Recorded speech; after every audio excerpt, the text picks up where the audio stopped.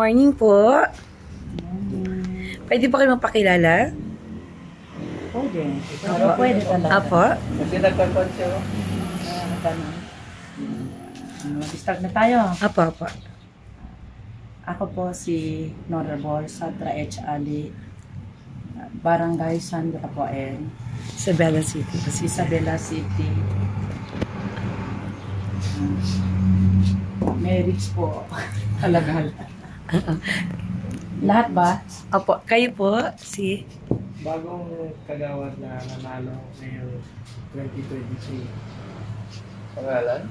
Carmani Alamsahi. Alansahi. Kayo po? Ako po si Kagawad Roque Palermo. Sa ngayon, we will be ending our term this November. Natalo po ako sa halalan. So, nag-aak ako bilang temporary or OIC secretary ng barangay. Kayo po si... I'm Mr. Nadir Hayudini, newly elected from Barangay San Rafael. Tagapatikul. Kayo Ako po? po re-elect, kagawad, Bakil po. Bakil. Ay, okay po. Hello po. So, pwede niya kami kwentuhan. Paano niyo po, ano yung sekreto niyo sa peace and order dito sa inyong barangay? Kahit gabi nakakalakad kami na very peaceful po dito. Ang sikreto namin dyan, dapat nagtutulungan kami lahat. At may tanod naman tayo. Mga 21 sila yan lahat, ang tanod natin. Siyempre, nag-iikot sila yan ng barangay natin na walong purok mayroon tayo dito sa San Rafael. Iniikot nila yan gabi-gabi. Andyan sila every night. Drug free barangay na po ba tayo? Ano po, last term ko na ito. Drug free na po tayo? Wala pa. Pero ongoing na. Ongoing na yun. Wow. Wala pa. So, how many schools you have here po sa inyong barangay? Parang Isa lang. isa lang tayo dito. Isa lang yung daycare namin lang. Isa lang ang daycare. Elementary po. Wala Wala pa kasi muna. wala pa elementary. Pero malapit lang. Yung pilot school, parang ilang kilometer ba ito? Papunta dito sa atin. Hindi, pero ibang barangay na yan. Oh, pero ibang barangay ba malapit Cluster lang barangay. sa Doña Ramona sila. Pero ang atin isa lang dito. Noon mayroon, pero yung private, yung St. John, no? Tapos ngayon sirado na. Ang private noon. So, ano yung mga kabuhayan ng mga riot nyo dito? Kabuhayan. Maraming kabuhayan. Tulad mga yung pinaka indigent talaga yung dyan sa Giho. Yung parang ano sila yung karamihan dyan, nagsibag ng bato. Yan ang mga sa Giho, purok yan. Ang karamihan dito sa akin parang mayroon din professional din. Parang halo-halo pero mas marami siguro rito yung mga professional din. Marami din yung parang indigent, yung kabuhayan nila, yung doon lang talaga sa purok Giho lang talaga. Ang pinaka indigent talaga sila. Then, Kap, pwede kayo sa health natin, meron po tayong health center, may 21st birthday clinic po ba tayo? Mayroon tayo yun. Yun actually, yung Pinko, doon talaga ang barangay namin.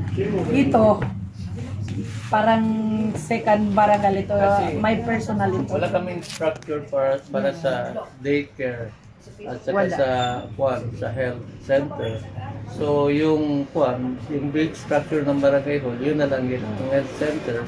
Kasi sila ang priority. Daycare center. Yes, priority talaga Extension na lang. Ito ng extension. Through the generosity of CAP, nag-extend kami dito offer. Sa kanya ito. Hindi sa asawa ko, hindi sa akin.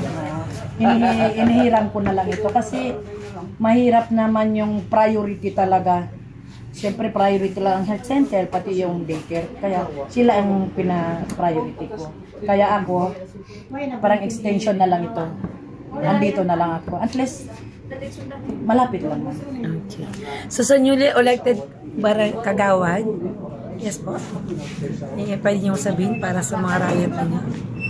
Ngayon, ma'am, parang evening pa kasi namin alam kung alin yung committee namin kasi hindi pa kami nakapag-share. Pero ano yung mga gusto niyong gawin para sa barangay niyo? Gusto lang improvement lalo kasi okay naman yung administration natin. Mas progresibo pa. Gagawin natin. Kagawad? Basta andyan lang tulong-tulungan, walang imposible. Yes. Sa mahirap, Sama-sama. Sama-sama. Yes po. Konsehal? O, Opo. Yes po. Ano po gusto Ano niyo pa po? talaga ang gusto gawin natin para sa ating tao? Actually, Community. lahat naman ginagawa yung maitutulong kasi we are meant for service and we intend to go for that as passion. So, health in particular, sa ngayon meron nga tayong programa, nandun sila sa daycare center, hiniram yun kasi medyo spacious. Tapos napoconduct sila ng yung dental para sa mga kiddie. So, ito po ay isang paraan. Bagamat, sikap, she is always extending assistance to all those malnourished children, conducting feeding, and the same way also giving multivitamins so as that all the community and the entire communities may be of good health. Ngayon sa livelihood naman po, we have tried na magkaroon ng yung self-founded na business or entrepreneurs na tinetesting namin kung ano yung mga pwede pang gawin panghanap buhay. Kasi we have attempted several times. Ang production lang ang hindi masyadong mahina, hindi masyadong mabilis sa market. So, nag-fall down siya. So, on that case, we are still striving and seeking another form of entrepreneurship that would help uplift our socio-economic needs. So, sa ngayon po, ito muna. Ito sa almost drug-free na kami kasi ang mga vendors o yung mga traffickers wala na dito. Meron na lang iilan-ilan na bumibili sa ibang barangay at saka dito nila ginagamit.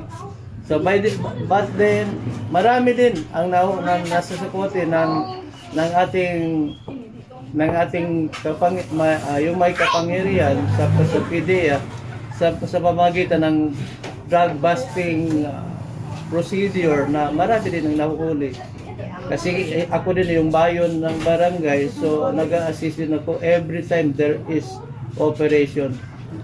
So we always maintain our position, especially in times of need of the augmentation of extended powers corroborated by all the members of the peacekeepers. In the same way, the legislative and judicial members of the barangay council is at the point of making our tasks and responsibilities fully complied with. So at this point, lahat kami, kahit natalo na ako, hinagad ko pa rin to continuously preserve the good name of our barangay. We used to be on top, but because of some failures, kasi meron din kami mga programa o proyekto na hindi kaya ng barangay, kaya na medyo na-decline. Although in some aspect, we top the city level, but then hindi lahat. Kaya lang, ganito, we are always on the seeking position in the limelight of accomplishment and achievements. So, yun lang po ang stand namin. Kayo po? Actually, lahat yun, wala na akong masabi. Sinabi na ng former kagawad namin. As of now, he is secretary of the administration of Honorable Secretary. Well, yung tungkol naman sa akin, regarding may as yung mga dating trabaho, ipagpatuloy ko. Meron siyang hindi sinabi. Ano po yung committee hinawakan nila? Actually, I'm justice here. Hindi niya sinabi. Lupon siya. Lupon na taga-pamaya. And very well in Sharia law. Sa Sharia. So we always set up things in order through his initiation. Yun lang po, yun lang po. Then kayo po? Pero sa akin, ma'am, hintayin ko muna si Cap magbigay ng committee namin. Dati, Yan anong lang. committee po hinawakan niyo? Yung sa infra ko. So, marami daw kayong project, sabi ni Cap. Siyempre, si Cap yan nag-ano, 20%, just more than 20% ba siguro? 20% yan. Nag-iisa Yan siya lang. lang nakabili ng L3. Oo. May may sasakyan talaga. Yan lang sa Ano, akin. sasakyan talaga. Yung L300. Kararating lang bago. Siya ang piece in order ko na ano. At wala pa kami ngayon. Yung mga ito. Actually Nare-elect po, din. as a competition sa pitch order, Kayo po ay si... Kagawad Ruben Suso. Well, may nangyari naman dito yung mga minor naman. Tapos may nangyari dito yung patayan, pero actually hindi ko taga dito. Morally, yung sensitive namin ngayon, yung droga. Kasi may mga ano rin dito, sangkot-sangkot din. Actually, naman? Okay naman. So, Cap, any message natin para sa Presidenteng Bongbong Marcos at sa ating Vice Presidente Inday Sara? Meron po kayo gusto may parating sa kanila? Parang wala naman ako hiniin. Pasalamat na lang sa kanila. At malayo sila dito sa atin. Ang gusto ko lang talaga,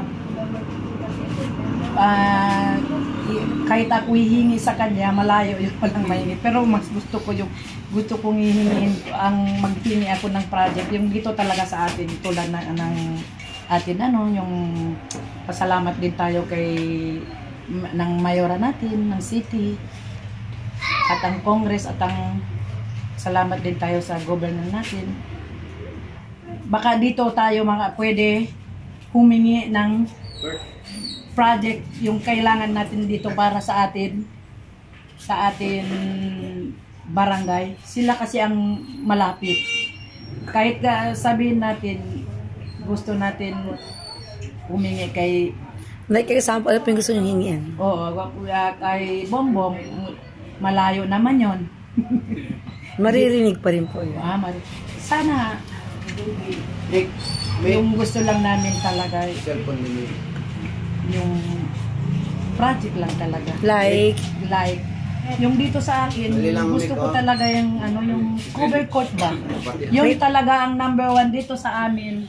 Ang problema namin, cover court. may paglalagyan po ba tayo? Yun na nga ang mahirap. Kaya nga wala kaming cover court. Kasi parang puno na kasi dito eh. Walang saan natin mayroon man, pero dapat bumili ka. Mahal. Mga 2.7, yung dyan. Yung sa kabila. Hindi man yan ibigay. Dapat bilihin ko yan. Nasaan ako kukuha yung pang-cash ko talaga ng 2.7 ata yun? Dapat ba bilihin ko pa yan bago ako magkaroon ng... Yun lang talaga ang problema namin dito. Yun, cover code talaga. Yun talaga ang gusto kong magkaroon dito ng cover code talaga. Yun lang po. Yun talaga. Kasi para sa mga kabataan ba, yun ang maganda yung cover code talaga dito sa amin. Yun lang ang problema ko. Yun lang talaga ang gusto kong magawa ko. Yung cover code. Yun lang po. Sige po.